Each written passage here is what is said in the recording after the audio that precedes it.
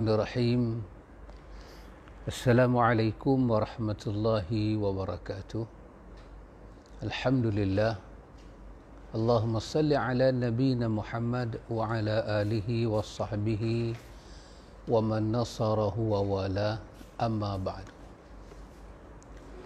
Para penonton, para pendengar, sahabat, ikhwatul iman, ikhwatul fiddin, a'azzakumullah wa uhibbukum fillah. Alhamdulillah, summa alhamdulillah. Dengan limpah kurnia daripada Allah Rabbul Alamin, kita dapat sambung lagi ikhwan pelajaran kita, pengajaran kita. Kita mengutip hikmah daripada petunjuk akbar, petunjuk yang azim daripada Al-Mustafa ini, Muhammad salawatullah wassalamuhu alaihi, supaya kita boleh jadikan pedoman, pelajaran, suatu tuntunan dalam hidup kita. Kita sampai pada waktu ini ikhwan pada hadis yang ke-6 daripada 30 hadis sahih jalan kehidupan ini. Kita masuk hadis yang ke-6.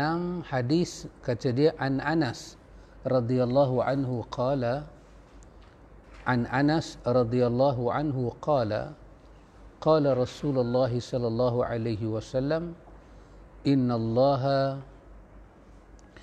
لا يرضى عن العبد أن يأكل الأكلة فيحمده عليها أو يشرب شربة فليحمده فليحمده عليها. Rawahu Muslim. Dari Anas radhiyallahu an, dia berkata, Rasulullah sallallahu alaihi wasallam telah bersabda, sesungguhnya Allah redha pada seorang hamba jika ia makan suatu makanan kemudian memuji kepada Allah atas makanan yang dimakannya itu, atau meminum suatu minuman kemudian memuji kepada Allah atas minuman yang diminumnya itu. Ini dalam riwayat Muslim. Hadis ini di bawah tajuk Allah meredai hamba dia. Ada satu perbuatan yang apabila hamba itu buat, Allah redha. Innallaha la yarda, Allah pasti meredai, Allah akan meredai. Maka innallaha la yarda, innallaha la yarda, sesungguhnya Allah Ta'ala la yarda, Allah pasti, sungguh Allah akan redha kalau hamba itu buat lagu ni. La yarda anil abdi, Allah akan redha daripada hambanya, ayya'kulal aklah, bila hamba tu makan satu makanan, fayahmadahu alaiha, lepas makan dia menikmati makanan itu, dia rasa nikmat, maka daripada hati dia terasa nak bersyukur pada Tuhan, maka mulut dia pun bertahmid pada Allah daripada hati dia. Dia makan, dia terkenang. Kalau nak banding usaha dia dengan rezeki yang masuk, usaha ni sikit sangat. Allah telah bagi pada kita rezeki lebih daripada apa yang kita usaha. Dengan kesedapan rezeki itu, dengan dia menyedari hakikat diri dia, betapa Allah itu sang pemberi nikmat, maka dia pun kata Alhamdulillah. Maka innallaha la yarda anil abdi, Allah ketika itu, ketika hamba itu memuji Allah di atas suatu kurnia Allah kepada dia, Allah sangat redha dengan dia. Bukan kata makan mungkin heavy, tapi Nabi kata dari benda yang lebih rendah daripada makan, au yashrabu syurba, atau dia meminum seteguk air, fayahmaduhu, maka dia pun memuji Allah alaiha, di atas apa yang Tuhan bagi, Allah sangat redha dengan dia. Itu belum lagi dia bersyukur di atas nikmat-nikmat lain, nikmat kekayaan, nikmat kesihatan, baru berkaitan dengan minum dan makanan. Untuk makan lebih lazat lah, kita minum air tawak ni apalah sedap dia. Tapi bagi orang Arab yang pernah duduk di padang pasir, dia duduk di padang pasir, dia berpindah randah kan, ataupun bukan orang Arab, bagi kita orang yang bukan Arab pernah melalui padang pasir, kena waktu tengah hari, macam mana haba tanah tu naik ke atas, patah morgana di depan kita, nampak macam berombak di ujung tu ada air, tapi dia satu ombak. Ketika tu kalau GMC kita berhenti tengah jalan, kalau kita boleh dapat air satu cawan ni, saya tak tahu. Kalau untuk dapat air satu cawan tu, mineral yang kita duk beli 5 rupang tu, secawan tu, 1 mark tu, kalau kita kena tolak segala beg yang kita galas di belakang, kita sanggup. Itu adalah suasana padang pasir. Siapa yang pernah melalui dia tahu. Dia akan bersyukur pada Allah seteguk ayat. Lepas itu bila anda tengok orang-orang ni, mereka banyak guna padang pasir berjalan, hidangan paling besar boleh bagi pada mereka dan mereka bersyukur dengan senyumnya adalah segelas ayat. Dan kalau dia memang orang Islam, beriman pada Allah, bila antum bagi segelas ayat kat dia akan kata, apalah aku nak jawab depan Tuhan di atas nikmat ini. Summa latus'alunna yauma izin 'anil na'im. Dia kata nikmat segelas ayat ni pun aku dah tak boleh nak mengungkap apa-apa depan Tuhan, melainkan aku boleh kata alhamdulillah. Dan kalau Tuhan tanya aku di hari akhirat esok, aku dah tak boleh nak jawab apa-apa, kerana segelas ayat memang nikmat. Pasal itu dulu Harun Ar-Rasyid ketika meminta nasihat daripada ulama dia, Harun Ar-Rasyid, dia minta nasihat daripada ulama dia. Dia kata pada ulama dia, sifatkan kepada aku apa ini dunia. Sifatkan pada aku apa itu dunia. Kata ulama zaman Harun Ar-Rasyid, dia kata, tuanku, hidup dalam dunia ni dengan segala-galanya tak lebih nilai dia daripada segelas ayat. Harun Ar-Rasyid kata, wadih, terangkan pada aku tak faham. Kata ulama ni, tuanku berjalan di padang pasir dengan kekayaan yang tuanku miliki. Tuanku berjalan sampai satu tahap tuanku dahaga, tak ada apa makanan. Tuanku cuma ada harta tuanku. Di padang pasir tuanku tahu tak ada jualan apa-apa, tidak ada. Tuanku dahaga sangat-sangat. Dahaga ni orang kata kita lalu padang pasir, dia dahaga ni sampai pipi kita belah dalam tu dia kering.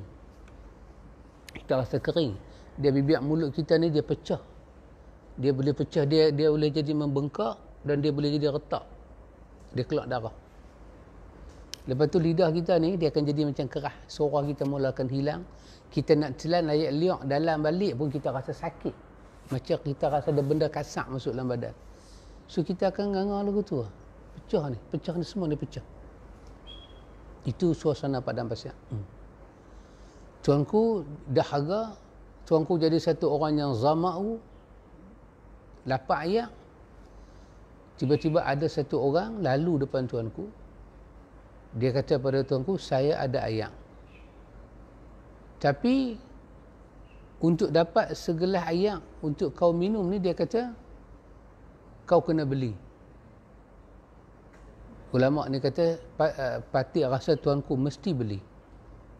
Dan Harun Ar-Rasyid kata, ya, saya beli. Dia kata seteguk air ini harga dia separuh kekayaan tuanku. Saya rasa tuanku pasti beli, kerana harta boleh cari kemudian dengan pengaruh yang ada. Maka tuanku bagi separuh harta tuanku untuk seteguk air. Maka harta tuanku tinggal separuh untuk satu gelas air. Tuanku minum. Tuanku minum, hilang dahaga, puas. Tuanku berjalan. Bila berjalan-jalan, tuanku kenal lagi satu masalah. Air yang tuanku minum tadi, tuanku nak buang balik, tak boleh buang. Nak kencing, tak boleh kencing. Sakit pula di padang pasir.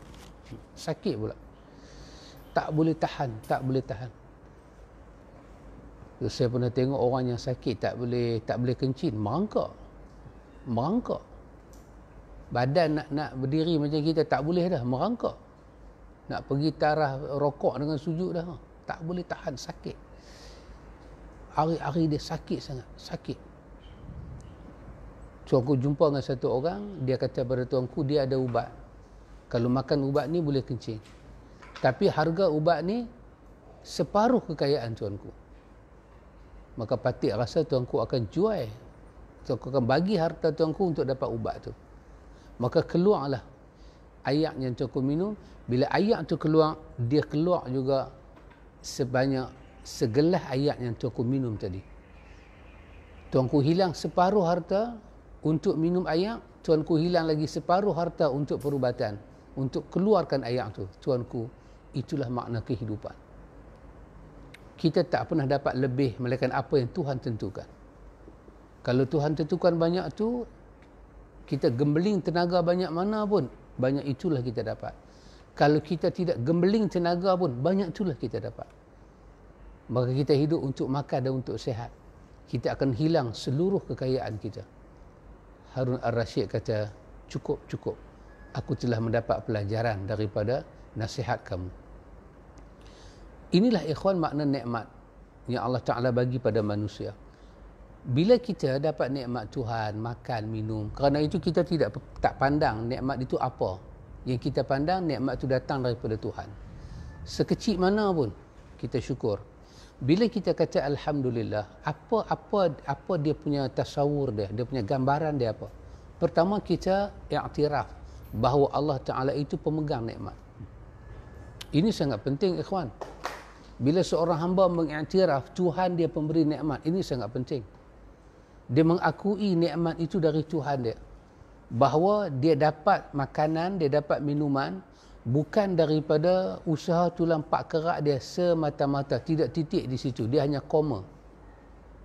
Kita dapat semua ini, benar kita usaha, benar kita dapat, tetapi biiznillah, dengan izin Allah, dengan suratan Allah, dengan pemberian daripada Allah. Kebanyakan yang kita dapat ini kesemuanya daripada ihsan Tuhan kepada kita. Kalau nak tengok usaha kita, nak tengok kemampuan kita, kita sangat-sangat tidak ada kemampuan. Tapi Allah Jalla wa'ala telah melapangkan.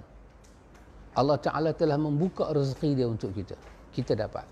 Bila satu orang tu kata alhamdulillah, dia mengiktiraf hubungan dia dengan Tuhan, pemberian Tuhan pada dia. Dia ada hubungan dengan Tuhan. Dan hubungan ini adalah hubungan yang sangat elok. Yang kedua, bila dia kata alhamdulillah, dia mengiktiraf kata kedaifan diri dia untuk mendapat sesuatu yang sangat bermanfaat yang dia perlukan untuk diri dia. Dia mengiktiraf kekerdilan diri dia. La haula wa la quwata illa billah. Kalau tidak bihaulillah wa quwatihi, kita tak dapat apa-apa. Dengan kemampuan Allah, dengan kekuatan Allah, kebesaran Tuhan, kita tak dapat apa-apa. Maka bila satu orang tu kata alhamdulillah, artinya daripada jiwa dia, dia macam terbungkam, terdiam. Apalah aku nak kata kepada Tuhan yang bagi nikmat ni banyak sangat. Dah tak ada bahasa, tak ada perkataan, melainkan alhamdulillah. Alhamdulillah ni perkataan yang pendek tapi dia syarat dengan makna. Dia termasuk daripada apa yang Allah wahyukan pada Nabi, daripada min jawami'il kalim. Perkataan yang pendek, kalam yang pendek, tapi dia syarat dengan makna. Dia menghimpunkan makna yang sangat dahsyat. Makna yang tersurat dan makna yang tersirat. Itu di antara mukjizat yang Allah Ta'ala bagi kepada kekasih dia Al-Habib Al-Mustafa. Maka Allah Ta'ala akan meredai hamba ni apabila hamba tu ucap alhamdulillah dengan tasawur tadi, dengan gambaran tadi. Dia mengiktiraf rezeki daripada Allah, dia tahu kemampuan diri dia, dan dia rasa sangat nak bersyukur pada Allah. Dan semua itu dia datang daripada hati. Dan rezeki ni ikhwan, rezeki ni bila kita syukur satu benda, ulama kita kata apa dia? di mana dia punya nilai dia? Nilai dia ialah ikhwan, apabila kita redha, kita boleh redha dengan diri kita bahawa rezeki ini daripada Allah. Itu sangat tinggi nilai dia. Sebab ini hal berkaitan dengan rububiyah. Tauhid rububiyah, bahawa Allah menguasai rezeki. Ini terkandung dalam ucapan Alhamdulillahi Rabbil Alamin, iaitu kalimah Rabb. Rabb bermakna Malik, Rabb bermakna Khalik, Malik, Al-Mudabbir, As-Sayyid, Ar-Raziq. Bila sebut Rabb, itulah himpunan makna dia. Di antaranya Ar-Raziq. Allah Ta'ala itu Razaq. Inna Allaha huwa Razaq. Allah Ta'ala itu Razaq, sumber rezeki daripada dia bagi. Allah Ta'ala itu sumber nikmat. Allah Ta'ala itu Asy-Syakir. Dia bersyukur dengan hamba-hamba dia.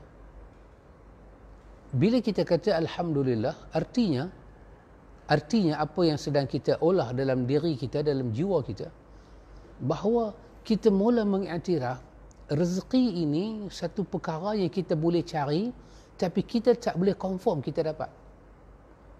Dia macam binatang buah. Kita tahu dia ada. Kita boleh buat perangkap. Tapi untuk jamin 100% kita dapat, kita sendiri tak boleh jamin. Itu adalah rezeki. Apa yang kita tahu? Kita tahu Allah jamin rezeki kita. Allah tulis rezeki untuk kita. Yang mana jadi rezeki kita tak akan pergi ke mulut orang, akan sampai ke mulut kita.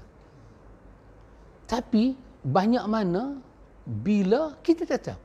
Itu kita tak boleh jamin, itu kita tak boleh confirm. Bila kita dapat sesuap nasi, seteguk air untuk minum, kita kata Alhamdulillah. Bermakna kita benar-benar mengiktiraf Allah Ta'ala itu pemberi rezeki. Ulama-ulama kita ketika membahas masalah akidah, mereka kata apa dia ikhwan? Kalau ada satu orang, dia boleh semayang sehebat mana? Sehebat malam Lailatul Qadar. Sehebat malam Lailatul Qadar. 1000 bulan. Ada orang pergi kira, katanya 83 tahun lebih. Saya tak pasti benda tu, tapi saya pakailah maklumat tu. Quran kata 1000 bulan. Kalau satu orang boleh beribadat seperti malam Lailatul Qadar, lebih baik pada 1000 bulan. 100 tahun lah saya katakan. Ataupun saya ambil, dia boleh beribadat pada Allah 950 tahun seumur Nabi Nuh. Ibadat, dia berdoa ibadat.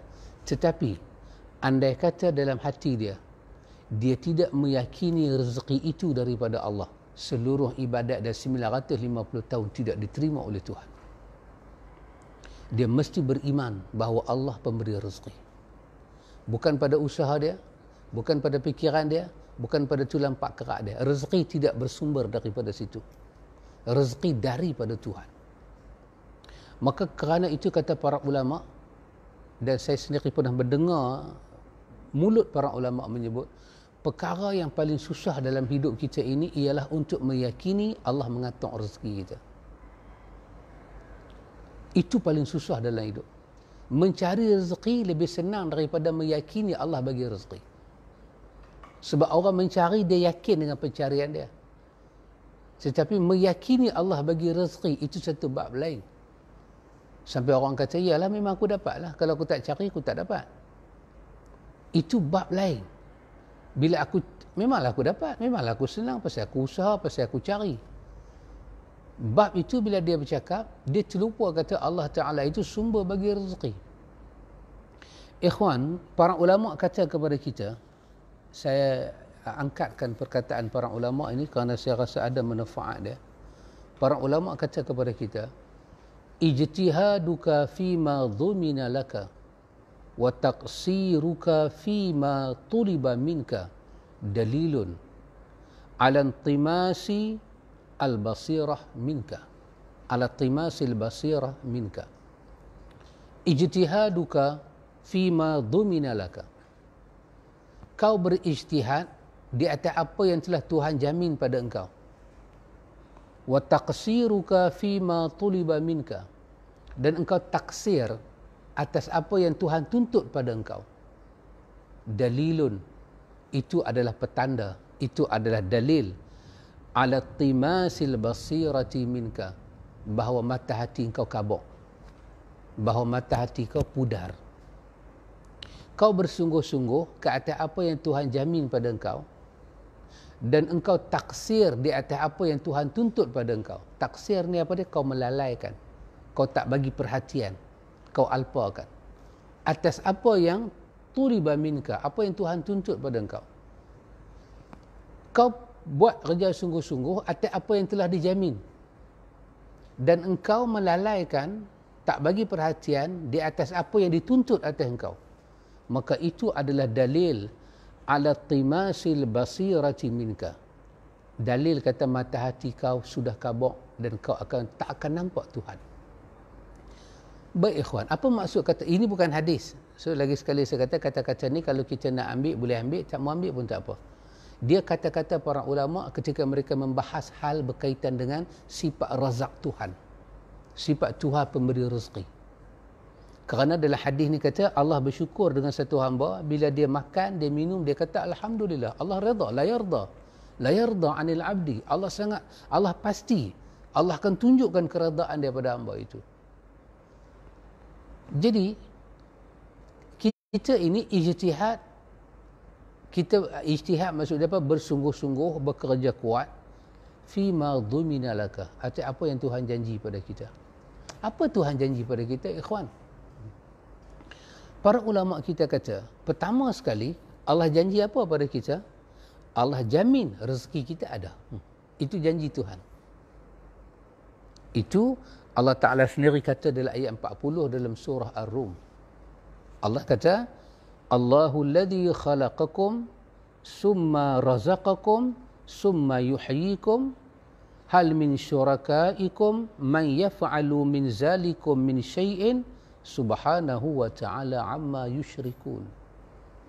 Allah kata, Allahu alladhi khalaqakum, Allah yang telah menciptakan kamu. Summa, bila Allah cipta kita, setelah daripada penciptaan itu, razaqakum, Allah kata aku bagi rezeki pada hampa. Summa yuhyikum, bila habis rezeki hampa, aku matikan hampa. Maka lepas tu Allah Ta'ala tanya dalam ayat ni, hal min syurakaikum man yaf'alu min zalikum min syai', adakah sekutu-sekutu yang kamu jadikan sekutu untuk aku, mereka boleh buat macam ni? Boleh cipta kamu, bagi rezeki pada kamu, bagi kamu mati? Allah kata, maha suci Allah daripada apa yang mereka syirikkan kepada Allah. Maka apa Tuhan janji pada kita? Tuhan janji di atas nama makhluk dia hidup, dia bagi rezeki, dia bagi. Itu jaminan Tuhan. Jadi soal rezeki adalah satu benda yang Allah confirm kita ada.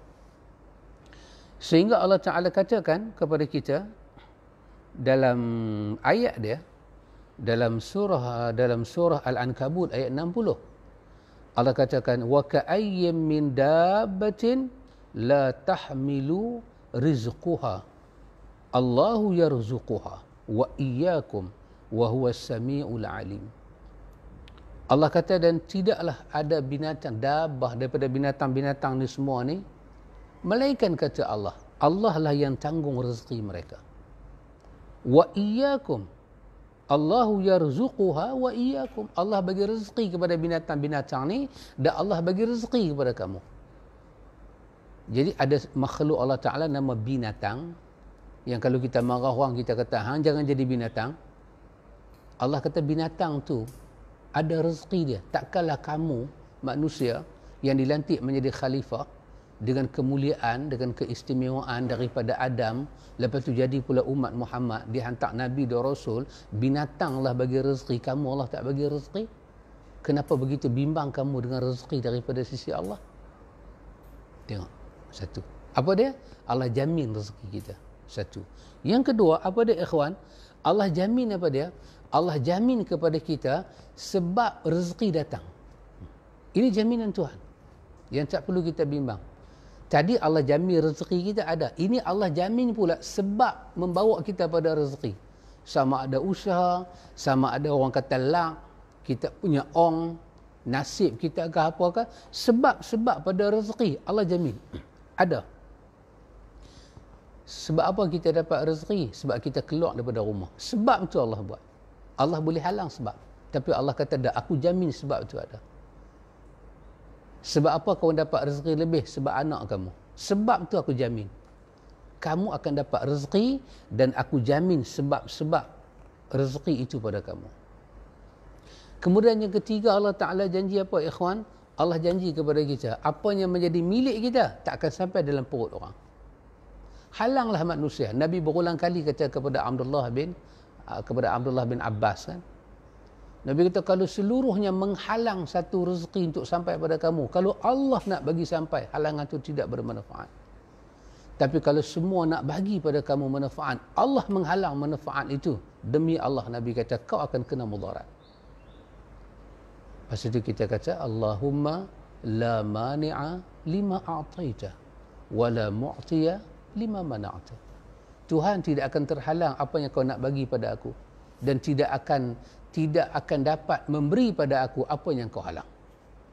Jadi yang ketiga, Allah Ta'ala jamin apa? Apa yang menjadi hak kita pasti sampai pada kita. Lepas itu apa yang melalui, dia lalu depan kita, macam dia bagi kita teliak, dia singgah ke orang. Kita kata, awaklah aku tak dapat. Jangan bimbang. Itu memang hak dia. Kalau memang itu hak kita, tunggulah hari dia. Kita hanya minta pada Tuhan, Tuhan bagilah pada aku rezeki. So kita tak perlu dengki, tak perlu iri hati, tak perlu condemn apa yang orang dapat. Kerana itu hak dia. Kita buatlah pakai bomo lah untuk ambil projek, untuk tutup periuk nasi orang. Kalau itu memang hak orang, hang buat macam mana tak jadi. Walaupun kawan tu dapat mudarat. Dan yang keempat, apa Allah janji pada kita? Allah janji, selagi rezeki kita ada, kita tak akan mati. Macam dalam ayat tadi Tuhan kata apa? Summa yuhyikum. Allahu alladhi khalaqakum summa razaqakum summa yuhyikum. Allah Ta'ala yang bagi rezeki kepada kamu, Allah menciptakan kamu, bagi rezeki pada kamu, Allah menghidupkan kamu. Apabila rezeki kita habis, kita mati. Jadi selagi kita duduk menyawa ni, kadang-kadang kita rasa lapar, kita ketakut tak ada rezeki. Tak benar.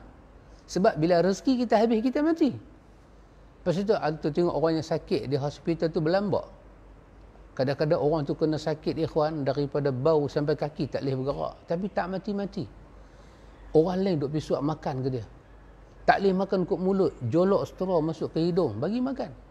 Tak boleh makan kot hidung, tebuk perut, bagi makan. Selagi rezeki dia ada, dia tak akan mati. Kita sihirkan orang, kita bomohkan orang, kita pulih perut dia sampai dia muntah keluar kaca. Muntah keluar kaca. Antu bayang, ada orang duduk rumah, katalah dia duduk rumah flat. Apartmen, dia duduk apartmen. Apartmen ni ikhwan, antu tu kita duduk tingkat 13. Bukan ada, katalah satu orang kata, aku duduk apartmen. Jom pi rumah aku, kita pi. Dia kata, hang damai rumah aku, pusinglah rumah aku. Pusing? Kita nak pusing ke mana? Rumah hang bukan ada taman. Ada orang duduk apartmen ni kawan, duduk apartmen. Rumah dia, dari depan rumah dia, sampai tingkat belakang menghadap ke arah jalan tu. Tingkat belakang menghadap ke arah jalan. Memang kosong lah. Penuh dengan tali-tali hitam. Siapa yang pergi gantung? Penuh dengan benda-benda tak masuk akal. Sihir orang. Kawan tu kena sihir sampai muntah kaca. Darah. Pergi hospital. Cek. Doktor kata tak ada apa. Tak mati-mati. Ya. Kerana kawan tu masih ada rezeki Tuhan bagi kat dia. So kita yang usaha nak bagi mati orang ni, kita mencabar Tuhan. Kita bersaing dengan Tuhan. Kita ajak Tuhan lawan. Tuhan, hang janji rezeki dia, tapi aku nak bunuh dia. Tak mati-mati sama Allah tu. Memang kawan tu azab, tapi tak mati-mati. Tak mati manusia ni selagi mana rezeki dia ada. Jadi ikhwan, 4 perkara ni Allah Ta'ala jamin pada kita. Apa dia? Rezeki kita ada. Sebab pada rezeki itu ada, Allah jamin. Kemudian yang menjadi milik kita takkan pergi ke lain, akan sampai ke kita. Dan Allah jamin, selagi rezeki ada, kita takkan mati. Mati saja kita bermakna rezeki kita habis. Kita tak boleh hidup tanpa rezeki Allah. 4 perkara ni Allah Ta'ala jamin. Ulama kita kata ketika bahas hal akidah, kenapa Allah jamin 4 benda ni ikhwan? Kerana Allah nak tuntut satu benda kepada kita supaya kita buat benda tu tanpa kebimbangan, tanpa bimbang. Perkara paling besar dalam hidup kita, saya fikir dalam hidup saya lah, kita bimbang soal rezeki ya. Kita nak bagi makan anak, bagi makan bini, kadang-kadang anak-anak fikir nak bela mak bapak lagi, bela keluarga dia lagi. Dengan ekonomi yang jatuh macam ni, sebuah kerajaan fikir bila dia keluarkan dana untuk rakyat, dengan berlaku sekatan-sekatan ekonomi macam ni, macam mana kedudukan ekonomi kita merosot, itu yang paling bimbang pada kita. Allah Ta'ala kata dia jamin 4 benda ni. Bila dia jamin 4 benda ni, untuk apa dia jamin 4 benda ni? Supaya kita dapat suatu ketenangan. Pasal itu dalam perkataan tadi, ijtihaduka fima dhumina laka. Kau ni duk pergi cari, kau ni duk pergi habis masa engkau untuk satu perkara yang Tuhan dah janji pada engkau. Kenapa kau habiskan masa kau ke situ? Kenapa kau habiskan fikiran kau ke situ sedangkan Tuhan dah janji? Tuhan dah janji rezeki kita ada, sebab rezeki kita ada. Rezeki kita takkan tersilap pergi ke mulut orang, rezeki orang takkan silap mai ke kita. Dan kita takkan mati selagi ada rezeki. 4 benda ni Tuhan jamin. Maka kau pula duk pergi perhabis masa engkau untuk benda yang telah Tuhan jamin pada engkau. Wa tuliba, dan tapi dalam masa yang sama, wa taqsiruka fi ma tuliba minka. Kau lalai daripada apa yang Tuhan tuntut pada engkau. Tuhan jamin rezeki, kita duk bimbang pasal rezeki. Tuhan tuntut satu benda kepada kita, kita lalai. Kita habis hidup kita dengan cari rezeki yang kita rasa kalau tak cari kita tak dapat, kalau tak kerja keras kita tak dapat. Kita tumpu ke situ dan kita terlupa itu Allah telah janji untuk kita. Kita terlupa satu benda apa? Yang apa Tuhan tuntut pada kita. Tuhan jamin 4 benda tadi kepada kita kerana Tuhan tuntut satu benda pada kita. Apa benda yang Tuhan tuntut pada kita, ikhwan? Para ulama kita kata, ikhwan, berdasarkan hadis Muaz bin Jabal, ketika Nabi panggil dia naik di belakang kalde, Nabi naik itu, naik belakang. Maka dia bersoal jawab di bawah sinaran bulan purnama, kata dia dalam riwayat Tirmizi. Satu saja Tuhan minta pada kita dalam hadis Muaz bin Jabal, iaitu apa dia? Allah minta kepada kita hanya satu, iaitu beribadat saja pada dia. Tak ada 2, tak ada 3. Dia jamin 4 benda tadi, kesenangan hidup kita, dia tuntut satu je daripada kita. Apa dia? Ibadat. Kalau ibadat kita masuk dalam hal akidah, nama dia tauhid. Kalau ibadat kita masukkan ke dalam jenis kita faham dengan ibadat ni, dia jadi ketaatan pada Allah. Semayang, puasa, zakat, menjauhi perkara yang ditegah, mendekati diri pada perintah, itu ibadat. Jadi pendek kata, ibadat itu ialah ketaatan kita pada Allah yang di dalamnya asas kepada tauhid. Setiap ibadat yang kita lakukan kena ada unsur tauhid. Itulah Allah Ta'ala kata, wa ma khalaqtul jinna wal insa illa liya'budun. Itu adalah tuntutan Allah kepada kita. Allah tidak jadikan jin dan manusia melainkan untuk ibadat. Bahkan sampai dalam sebuah hadis Qudusi riwayat Al-Hakim daripada Ma'qil bin Yasar, Az-Zahabi kata hadis ini hadis yang sahih. Ma'qil bin Yasar kata Nabi bersabda dalam sebuah hadis Qudusi, Nabi kata Allah Ta'ala berfirman, Allah kata, ya bani Adam tafarraq li'ibadati. Wahai anak Adam, kosongkanlah masa engkau, bagi ruang untuk ibadat pada aku. Wahai anak Adam, kosongkan masa engkau, tafarraq li'ibadati. Bagi ada masa dalam hidup engkau ibadat pada aku. Tengok, ada hubungan yang kita cakap tadi. Allah kata, kalau kau boleh sempurnakan hak ibadat pada aku, amla qalbaka ghinan. Akan aku penuhkan hati engkau dengan kekayaan. Oh, dahsyat ikhwan. Dahsyat. Wa amla yadaika rizqa. Aku penuhkan 2 tapak tangan engkau dengan rezeki aku. Ya bani Adam, wahai anak Adam, la tuba'iduni, janganlah kau menjauhi aku dengan kau tak ada masa ibadat pada aku. Kalau kau jauhi aku, Allah kata, fa'amla qalbaka faqra, aku penuhkan hati engkau dengan kemiskinan. Wa amla yadaika syughlan, aku penuhkan dua tangan engkau dengan kesibukan semata-mata, sehingga kau balik berjumpa dengan aku dalam keadaan engkau fakir dan engkau sibuk. Allahu Akbar. Maka Allah tuntut kepada kita itu ibadat. Apa itu ibadat? Ibadat itu adalah nama yang menghimpunkan bagi semua ketaatan, bagi semua perkara yang Allah redha dan Allah cintai, daripada perkara yang zahir, daripada perkataan, perbuatan yang zahir dan yang batin. Itu ibadat. Allah jamin benda besar-besar dalam hidup kita, kerana untuk satu benda Allah tuntut kepada kita, iaitu ibadat. Bila kita boleh, pasal itu bila kita ibadat, kita dapat rezeki daripada Allah, dia tercentumlah benda ni ikhwan. Kita dapat suatu nikmat daripada Allah, kita kata alhamdulillah. Maka alhamdulillah kita itu mempunyai nilai yang tinggi.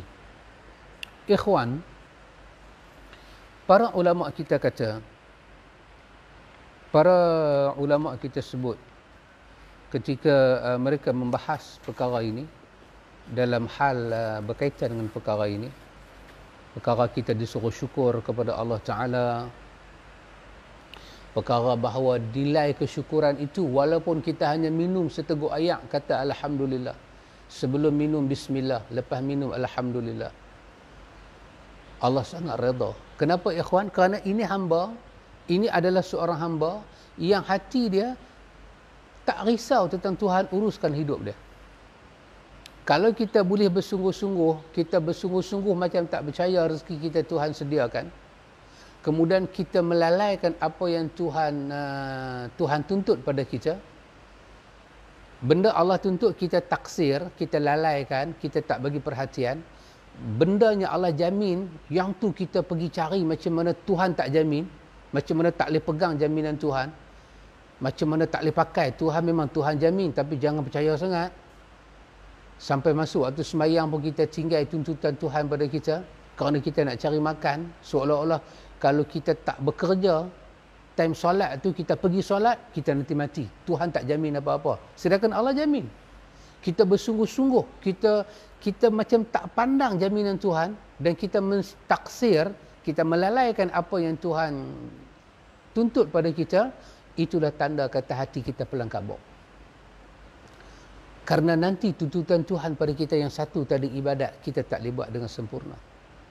Dan kita tak boleh mati ikhwan, melainkan selesai ibadat kita pada Allah. Pasal itu para ulama kata pada kita ikhwan, semasa kita mencari rezeki ini, supaya rezeki yang kita cari ini masuk dalam perkataan sentiasa Allah redha dengan kita.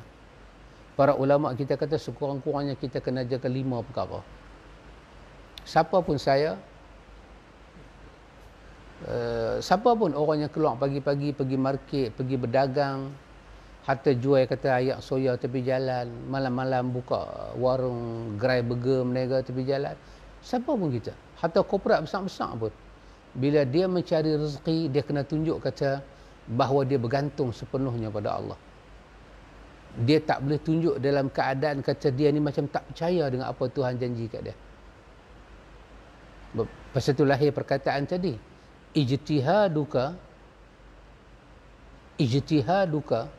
kesungguhan engkau ini, fima dhaminu laka, atas apa yang Tuhan janji pada engkau. Jamin, dhamin, jamin. Kau pergi cari benda yang telah dijamin.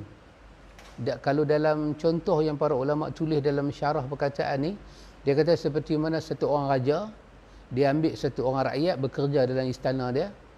Raja tu kata pada hamba Allah tu, okey, awak, keluarga awak, makan awak, minum awak, pakai awak, semua istana tanggung. Kerja awak begini, bangkit pagi, sediakan ayam, masak ayam, sediakan makanan, letak atas meja untuk saya. Awak jangan keluar daripada istana ni pergi berniaga ke pergi apa, kerana semua makan minum awak saya jamin. Faham? Dia kata faham tuanku. Tu tuanku pun masuk, dia esok dia mula bekerja, dia bangkit pagi, dia dipikir kat diri dia, anak-anak aku nak makan apa? Dia curi keluar daripada istana pergi berniaga sayur di market. Raja cari dia. Raja kata, mana kawan ni? Bila dia pergi berniaga, katalah 2 jam. 2 jam tu, kerja dia di sana tak selesai. Maka Raja bangkit-bangkit, air tak sedia. Makanan tak ada. Raja panggil dia. Raja kata, hang pergi mana? Dia kata, tuanku, Patik ni ada anak, ada keluarga. Patik kena mencari sesuatu untuk dia apa? Sebelum Patik buat kerja tuanku. Raja kata kat dia, hang pekak ke? Aku dah kata hang duduk dalam istana, semua makan minum hang istana tanggung. Pakai bini hang, keluarga hang, semua istana tanggung. Aku tak benarkan hang keluar pergi cari kerja lain. Aku tanggung semua tu pasal nak suruh hang kerja di sini. Kalau dia keluar juga, Raja akan murka dengan dia. Artinya, dia tidak percaya pada jaminan Raja. Maka apa yang dia masak, itulah yang Raja makan, itulah yang dia makan. Dia tak percaya yang tu. Maka itulah maksud kepada ini. Ijtihaduka fima dhumina laka. Kau pergi cari satu benda yang Tuhan telah jamin pada engkau, seolah-olah cara kau cari itu kau tak percaya dengan jaminan Tuhan. Kau sia-siakan ibadat kerana makan kau. Sia-siakan ibadat kerana hidup kau. Sedangkan tuntutan Tuhan pada kau, kau lupakan. Maka kenapa Tuhan jamin rezeki engkau? Sebab nak bagi peluang kepada engkau beribadat sempurna dengan dia. Maka ijtihaduka fima dhaminu laka. Kau pergi buat satu benda yang Tuhan dah janji pada engkau. Macam dia tak janji. Wa taqsiruka fima tuliba minka. Kau mensia-siakan apa yang dia tuntut pada engkau. Apa dia ibadat? Kalau itu berlaku pada hati kita, terhadap rezeki kita, ulama kata dalilun, itulah dalil petunjuk dari Tuhan, ala timasil basirati minka. Tanda kata hati kau dah mula tak nampak Tuhan. Hidup kau dah ke arah lain. Maka kau kena atasi penyakit ini. Kerana kalau kau biar dia lagi, kau akan jadi orang yang sangat bimbang dengan hidup dalam dunia dan kau akan terlepas kewajipan kau pada Tuhan. Maka untuk itu, kata para ulama kita, supaya apa yang kita cari ini, kita tak masuk dalam mata hati yang tertutup tadi. Artinya kita cari makan, tak masuk dalam kategori kita lupa Tuhan. Maka ulama kita kata, cuba kau jaga beberapa perkara ni dalam hidup kau. Kita nak berniaga laksa ke, nak berniaga nasi lemak tepi jalan ke, cuba atas nama mencari rezeki, perhati benda ni. Apa dia? Pertama, para ulama kita kata apa? Niat kita yang saleh. Niat kita yang saleh. Ya, pasal itu ikhwan, saya fikir saya sebut niat yang saleh mudah, ha? Tetapi antu tengok dalam tulisan para ulama tulis tajuk ni saja hampir 11 muka surat. Hampir 11 muka surat. Nak cerita yang kata niat saleh ni apa dia? Saya kata niat yang saleh kan. Maksudnya niat yang baik. Kita cari rezeki ni niat yang baik. Mudahlah faham. Tapi saya tengok para ulama tulis hampir 11 muka surat. Pertama sekali para ulama kata, bila satu orang tu nak keluar cari makan, dia kena set dalam kepala dia. Ialah kita punya rezeki ni ikhwan ada dua cara. Satu dia panggil rezeki secara asbab, satu rezeki secara tajrid. Ini dalam dunia kerohanian. Ada pun yang kita nampak, ada orang rezeki dia kerja dengan orang. Ada orang rezeki dia kerja sendiri. Bagi orang yang kerja sendiri ni, yang dia berhenti ikut time dia, dia buat untuk time dia, bila dia bangkit pagi nak cari rezeki, dia start nak berniaga, satu benda dia kena set dalam kepala dia, niat yang saleh ni apa dia? Aku cari rezeki pagi ni, takat mana had dia? Letak had dulu. Had dia kena ada. Supaya bila sampai dia punya bahasa kita kata SOP dia tu, kita stop, kita tak langgar. Kita cari rezeki untuk dapat sedikit duit, tampung makan kita, minum kita, sakit demam kita. Itu hak kita. Maka bila kita cari-cari hari itu, hak tu kita dapat. Untuk diri kita, keluarga kita, anak pinak kita, dan untuk bantu orang sikit dekat-dekat kita dapat. So bila kita dapat yang tu, niat kita yang bersih, kita stop. Jangan lajak. Kerana kita kena set niat yang salih. Kalau kita lajak, ikhwan, antum bayanglah, benda lajak ni orang naik motor, dia pusing minyak terlebih, lepas tu dia tak boleh kontrol motor dia pergi tak mana. Dia masuk bendang. Dia tak duduk atas jalan dia. Kenapa? Kerana dia tak boleh pusing minyak tu ikut dia punya had. Niat yang salih ni kita, bila kita cari rezeki, orang kerja kerajaan, bulan-bulan dapat gaji, semua dia pegawai ke dia apa, dia dapat gaji, dia kena tahu, ya kawan, semua gaji dia dapat tu untuk apa? Untuk makan sikit, minum sikit, pakai sikit, perubatan sikit, bantu orang sikit. Tengok-tengok rezeki tu masih ada lebih lagi. Mesti ada niat yang salihah. Niat untuk buat baik dengan rezeki itu. Nak zakat, nak infak, nak derma, nak bantu orang. Bila kita keluar cari rezeki, mesti ada niat yang salih. Termasuk ustaz-ustaz juga, kalau pergi ceramah, orang bagi duit, itu rezeki dia. Maka mesti ada niat yang salih dengan rezeki kita ni. Artis ke, penyanyi ke, kena ada niat yang salih. Satu. Untuk apa kita cari rezeki? Satu. Dua. Para ulama kata apa? Masa kita cari rezeki, jaga kita punya i'tiqad. Jaga kita punya keyakinan hati. Bahawa apa dia ikhwan? Selama-lamanya walaupun kita penat berdiri meniaga tepi jalan, yang penat kita, tapi ketahuilah rezeki itu Allah yang bagi. Jaga i'tiqad tu. Jangan kita letak bebanan rezeki itu di atas kita yang urus. Kita hanya keluar mencari dengan niat yang salihah, dan letaklah rezeki ini sepenuhnya Allah yang urus. Supaya banyak mana Tuhan bagi pada kita, kita boleh melahirkan kesyukuran dan qanaah. Syukur dan puas hati, ya Allah. Tak pandang kenapa aku dapat sikit, kenapa orang tu dapat banyak. Kenapa datang iri hati, cari bomo, buat kedai orang tu, cari bomo, buat rumah orang ni. Tak timbul benda tu. Kalau dia ada i'tiqad yang betul, banyak mana Tuhan bagi dia syukur dan dia qanaah. Dua. Tiga, kata para ulama, selama kita mencari rezeki, kita kena jaga diri kita betul-betul supaya kita ini tidak terlalai daripada zikrullah. Tidak terlalai daripada mengingati Allah. Maksud saya mengingati Allah di sini melaksanakan perintah Allah. Tengah-tengah kita cari rezeki, orang bang, kita pergi solat. Tengah-tengah kita mesyuarat, kita orang bang, kita mengambil peruntukan syariat. Sama ada boleh jamak kasar, kita jamak kasar. Kalau boleh semayang jamak, kita semayang jamak. Kita melaksanakan itu di atas batas syariat. Jangan sampai tak semayang. Jangan sampai tak semayang. Yang keempat, kita jaga apa dia ikhwan? Selama kita mencari rezeki, tidak ada satu maksiat dan benda haram kita buat. Nak cari orang Islam jual khinzir tu payahlah. Tetapi walaupun orang Islam ni dia jual nasi, dia buka kedai kain baju, dia meniaga apa-apa, untuk menjauhkan dia daripada maksiat syirik ni payah. Pelarih, pengadang, jauhkan diri kita. Jauhkan diri kita.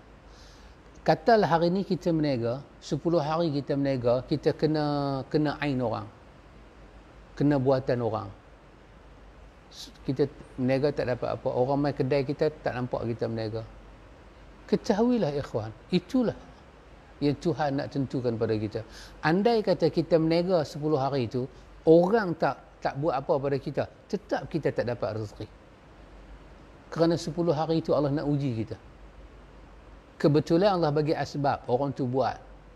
Siapa kemai kedai kita, dia kata ini ada tanda orang buat ni, ada jin sana, jin sini.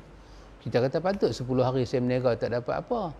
Andai kata 10 hari itu kita meniaga elok, tak ada orang buat, kita tetap tak dapat apa. Itulah i'tiqad yang kita kena jaga supaya kita terjauh daripada perkara-perkara yang salah.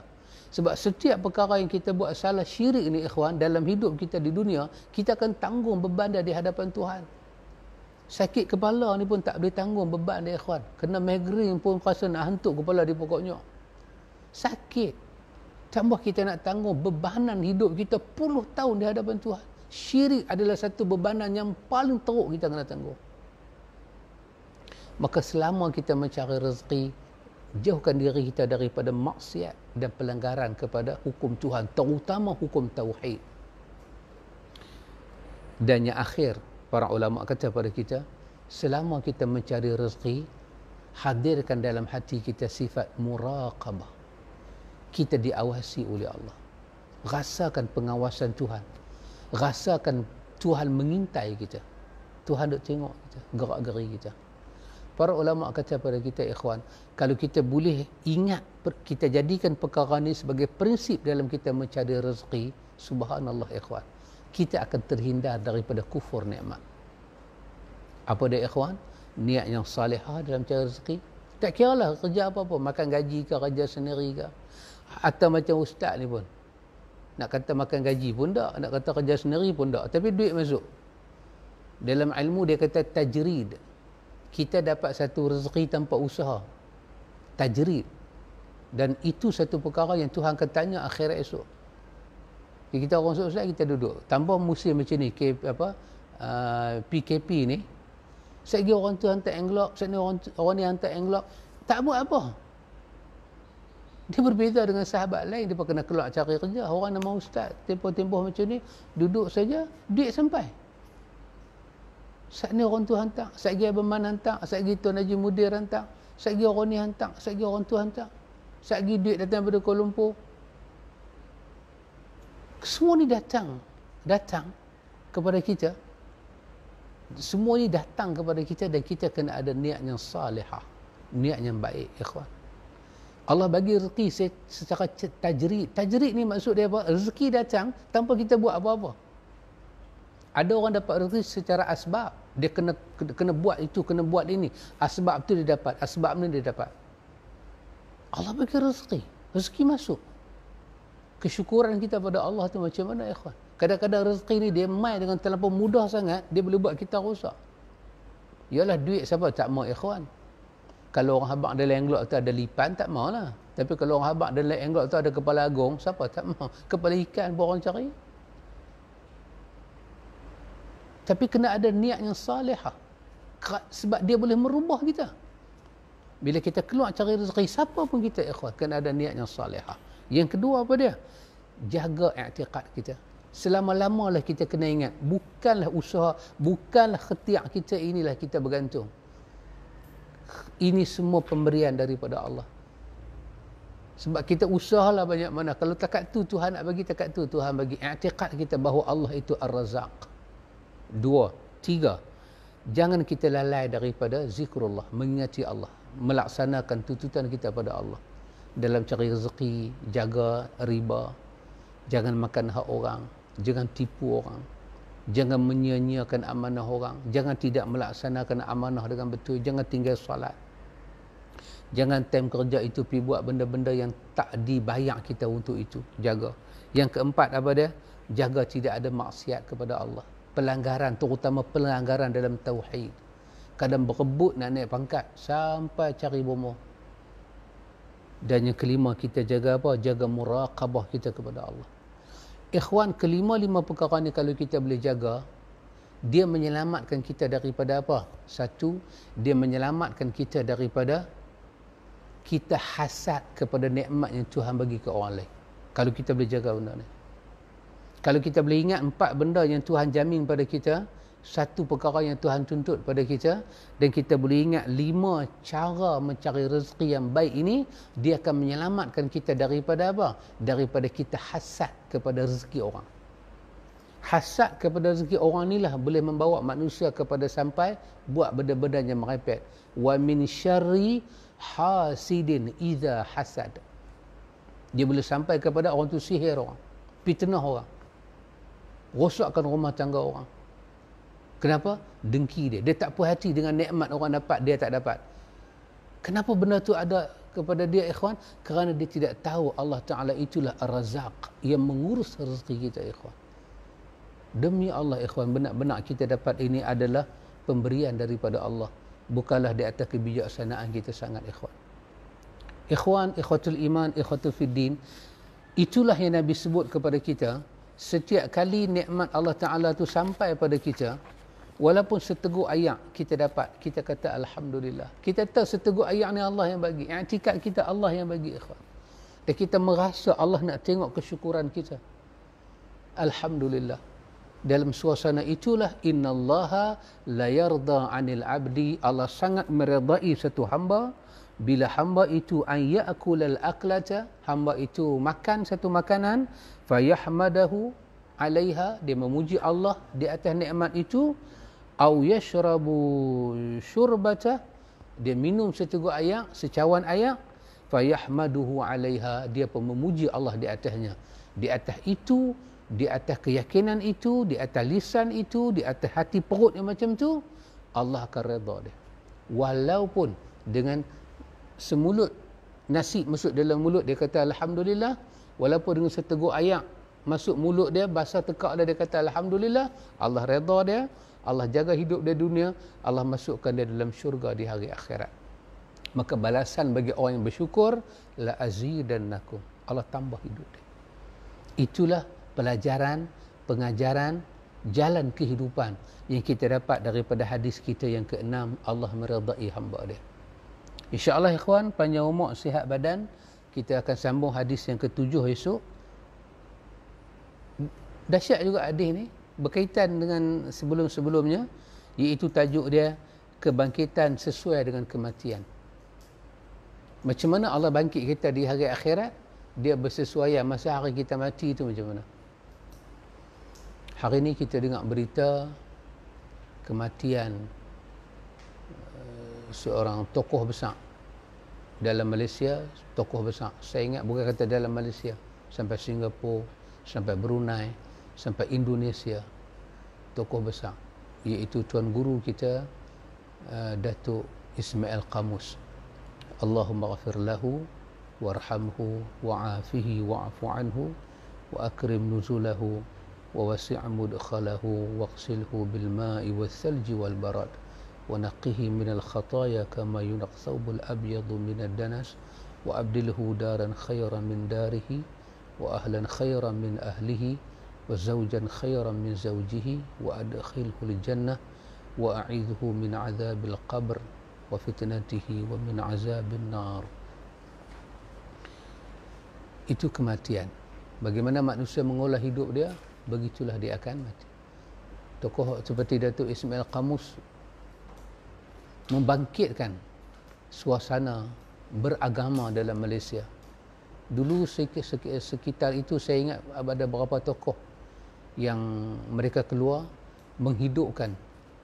Zaman itu, zaman orang tahu kata agama ada tapi kurang penghayatan. Tokoh-tokoh seperti ini bangkit. Seperti Datuk Ismail Qamus, Datuk Profesor Dr. Harundin, Datuk Dr. Hashim Yahya, Tuan Guru Nik Aziz. Ini semua tokoh-tokoh besar yang bangkit ketika itu, mewarnakan kehidupan rakyat Malaysia. Dulu forum perdana orang sangat nak tengok ketika ada Datuk Profesor Dr. Harundin, Datuk Ismail Qamus. Mereka berjasa besar, sangat berjasa dalam dunia perubatan, rawatan alternatif ini. Mereka sangat menaburkan jasa. Jadi hari ini 15 Ramadan jatuh pada hari Jumaat pula. Beliau mati pada malam Jumaat, yang dalam hadis ada jaminan terselamat daripada siksa kubur siapa mati malam Jumaat atau hari Jumaat. Bukan dia masuk kubur hari apa, roh dia keluar tu hari apa. Katanya Datuk Ismail Qamus meninggal pada 12.30 malam tadi, bermakna malam Jumaat. Maka mendapatlah dalam hadis itu, tambah dengan bulan Ramadan ni pula, hari Jumaat pula. Allahu Akbar. Kita mendoakan kebaikan kepada tuan-tuan guru kita ini yang telah menghadap Tuhan, dan kita pelan korang, pelapis-pelapis seperti mereka.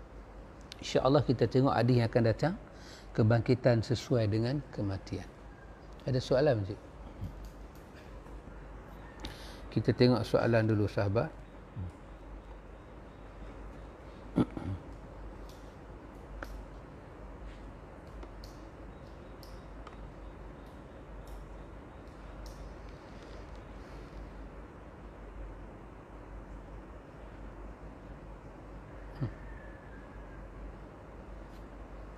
Baik. Ada soalan daripada sahabat Filis Domesticus. Semoga Allah merahmati sahabat yang kita kasihi ini. Saya ada soalan sempena hari Jumaat ini.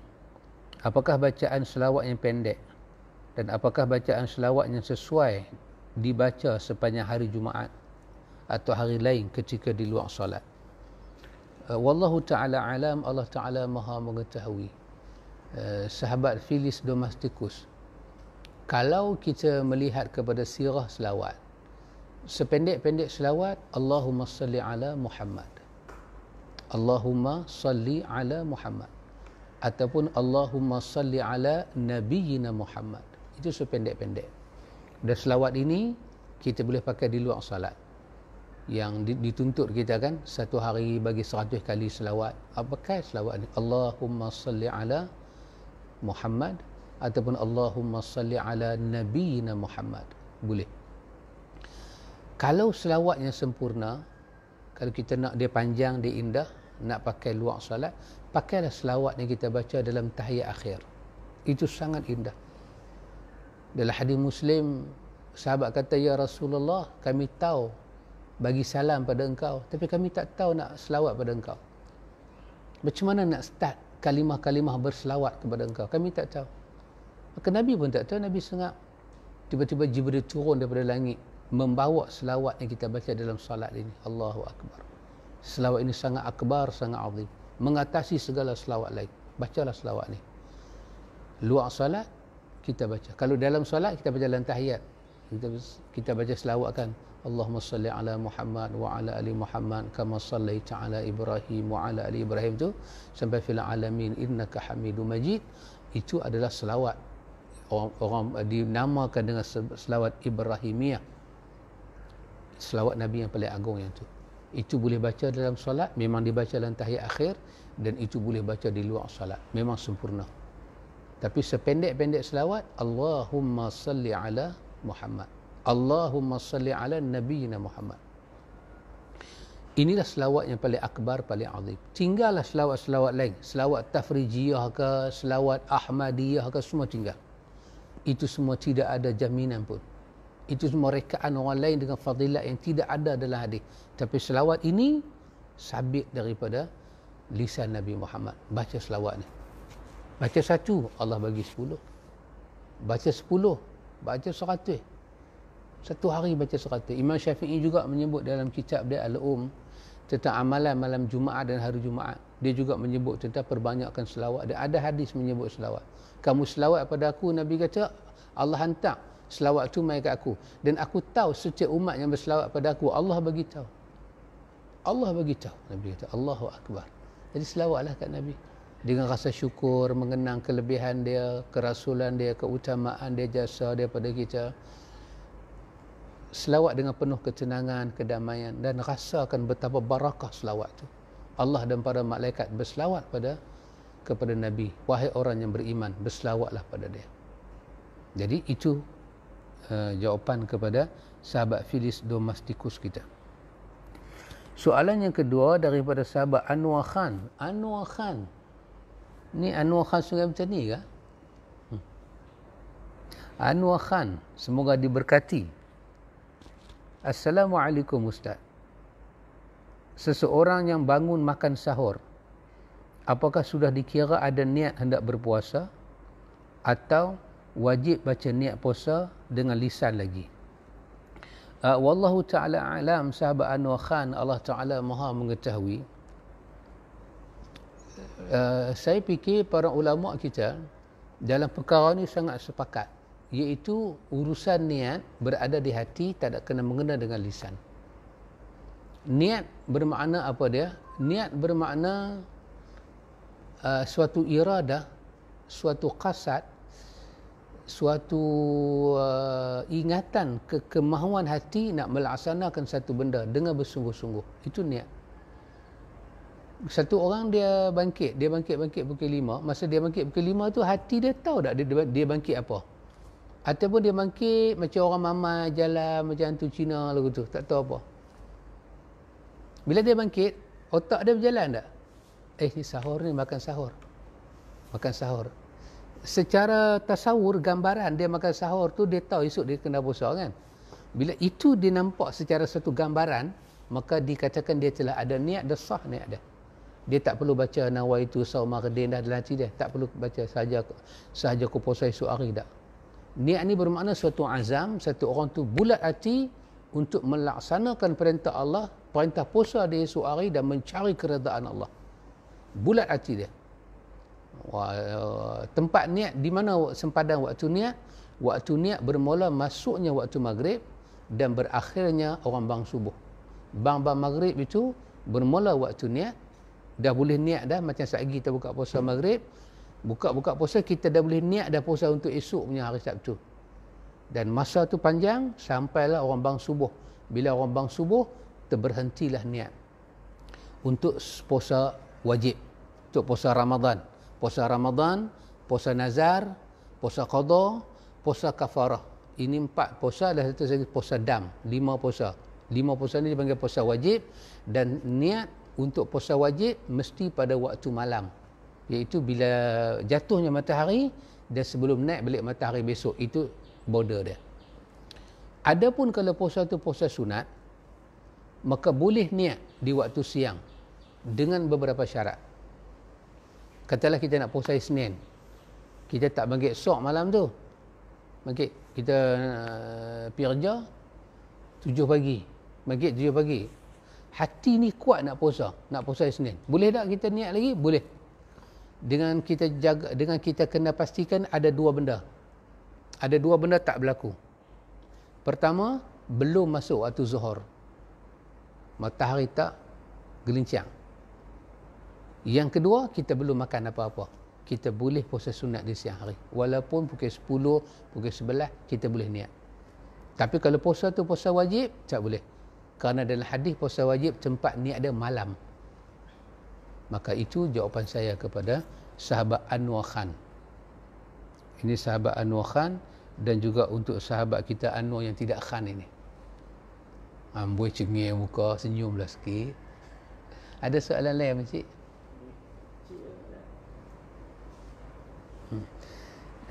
InsyaAllah semoga Allah Ta'ala memberkati kita. InsyaAllah ikhwan, kalau diizinkan oleh Allah, besok kita tengok hadis yang ke-7, iaitu di bawah tajuk kebangkitan sesuai dengan kematian. Cuba kita beri perhatian pada hadis ini, dia membentuk jalan kehidupan. Semoga Allah berkati kita. Wa ila liqa, barakallahu fikum, hayakumullah, subhanakallahumma wa bihamdika, asyhadu an la ilaha illa anta, astaghfiruka wa atubu ilaih. Assalamualaikum warahmatullahi wabarakatuh.